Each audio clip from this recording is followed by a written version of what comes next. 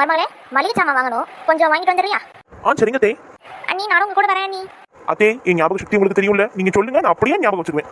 ஓ, ஞாபக சக்தி தெரிஞ்சதால தான் மருமகளே சொல்றேன், எழுதி வச்சுக்கன்னு. அப்புறம் அங்க போயிட்டு அப்புறம் என்னத்த வாங்கணும், இப்போ என்னத்த வாங்கணும்னு ஃபோன் பண்ணுவேன். அம்மா, அதான் அண்ணி இவ்வளவு சொல்றாங்கல்ல, நீங்க சொல்லுங்கம்மா. சொல்லுங்க தே. தேங்காய், வெங்காயம், தக்காளி, பொட்டுக்கடலை, பச்சை மிளகா, ரவை, மைதா, கோதுமை எல்லாத்தையும் ஒரு கிலோ வாங்கிக்கோ மருமகளே. அப்புறம் என்ன இன்னும் 10 நிமிஷத்துல உங்க கையில் எல்லா பொருளும் இருக்கும். எதே நீங்க கேட்ட எல்லா பொருளும் இங்க இருக்கு, இந்தாங்க. என்ன பாக்கெட் வாங்கலையா சின்ன பொண்ணு? எத்தனை தடவை சொன்ன எழுதி வச்சுட்டு போங்கன்னு? என்ன பாக்கெட் சொன்னாங்களோ? அண்ணி போச்சு அண்ணி, பேசாம எழுதியே கொண்டு போயிருக்கலாம். புராணம் பாட போறாங்க அண்ணி. இப்ப பார்த்து கத்துக்கோ நாத்து, சின்ன பொண்ணு எப்படி சமாளிக்கிறானு. எல்லாமே வாங்கிட்டு வந்துடும் ஆத்தி, என்ன பாக்கெட்டே சொல்லல. நான் என்ன பாக்கெட்டை கடைசியா சொன்னேன் சின்ன பொண்ணு, எனக்கு நல்ல ஞாபகம் இருக்கு, நான் சொன்னேன்.